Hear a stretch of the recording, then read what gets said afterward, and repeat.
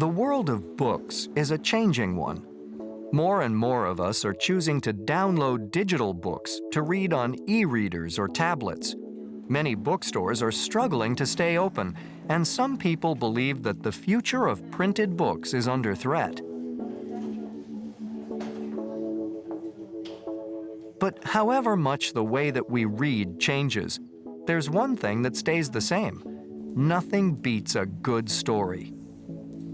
Whether you enjoy fiction or nonfiction, sci-fi, fantasy, thrillers, or crime novels, there are some universal elements that make a good story, but they're not always easy to define.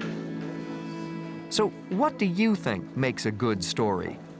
I think suspense is always something for me. I like short sentences and something that would keep me on the edge of my seat and me waiting to read the next paragraph and not being able to put it down. For me, a good story is one that sort of transports me to another place. A little bit of romance, a little bit of mystery, I suppose, is always good for a story. Something that makes you want to keep reading and not put it down. It needs to have a great plot. It needs to be exciting and keep you wanting to turn the page and keep reading, but also it's really important that the writing itself is good. So I like to have lots of character description and character development, and place description is also a good thing. But even if we think that we know what makes a good story, how many of us have really considered how you capture all these elements and turn them into a novel that grips the reader from the first page to the last? What does it take to write a successful novel? The saying goes that everybody has one novel in them. But how many people believe that is true? Do you think that you could ever write a novel? Well, that would be amazing. I would love to write a novel. I think you probably have to have a really good idea. It'd be a lot of work, but one day I'd love to try. Absolutely not. I am not creative enough, nor am I a good enough writer. I used to think I wanted to. I used to actually tell people I wanted to, which was a big mistake. So now they ask where my famous novel is. But I don't think I have the time, and I don't think I'm motivated enough to do it. I don't really want to anymore. I think I could write a novel. I've written a book, but it's not a novel. I wrote a book about the work that I do in communication. One man who knows exactly what it takes to write a successful novel is Tim Bowler, best-selling author of over 20 books for teenagers and young adults. I'm Tim Bowler. I'm a professional writer. I write books about people aged 14 or 15 for the most part. I write novels. They vary, of course, my books. I write about lots of different things. I've been described as a writer of dark, brooding stories for teenagers. I've been described as a writer of mystical adventure stories. I've been described as the master of the psychological thriller, which was great. Tim's first novel, Midget, was published in 1994. In 1997, he won the prestigious Carnegie Medal for his novel River Boy. And in 2010, he published the final volume in his Blade series, an 8-book urban thriller. Tim's work has been translated into many languages, from German to Korean. And while they may have diverse themes, Tim is clear about what all his stories have in common. For me, stage one, the thing you can't do without is it's got to be a story that keeps the reader reading. I want my readers to miss sleep, miss football, miss food, miss television, miss Facebook for my stories. Even that, you know. I want the reader to just not want to stop until they get to the end.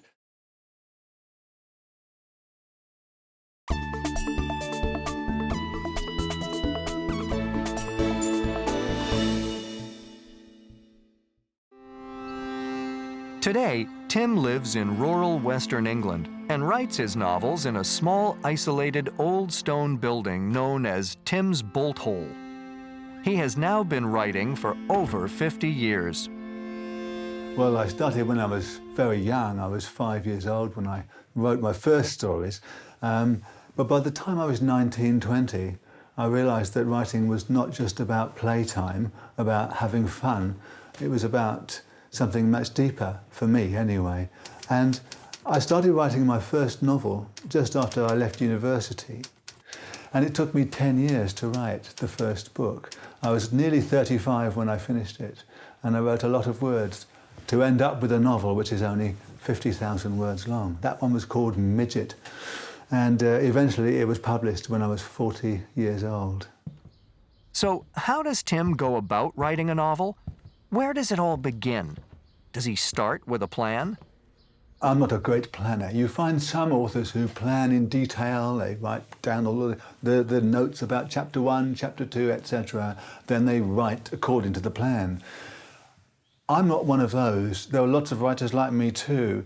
For me, I find that doesn't help me. And that's because, for me, the process of writing throws up ideas constantly. I don't really know my characters until I start to write about them. I don't really know where my story wants to go until I start to write it. The first part, the getting it written part, can be quick. The second part, getting it right, can be seemingly endless. I can spend 1/10 of the time getting it written and 9/10 of the time getting it right. But that's just how it is. Does working in the bolt hole help him with the process of writing his novels? Working in this strange, isolated place is quite interesting for me because I often find that it helps me when I'm stuck because it forces me in upon myself. I can't depend on anybody else. I don't have any distractions. I can't go and watch television or play the piano and pretend I've got something better to do. I've got to stay with the problem. Tim's books continue to be popular, both as physical paperbacks and hardcovers and as digital downloads. And his readers always eagerly anticipate the publication of his newest novel. So, is Tim hopeful about the future of stories and the written word? People often say that they think that the written word is under threat from modern technology, but I just don't think that's true.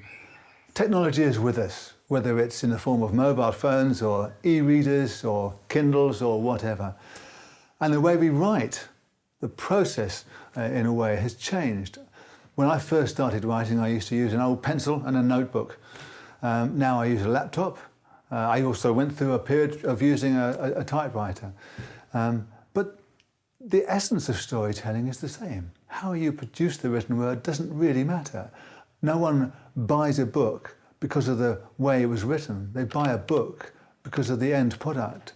And that's what they come to read, the story. And I don't think the written word is under threat at all.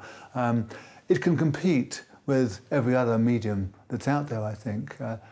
Stories have been with us for so long that they're always going to be with us, and how they're told won't really matter.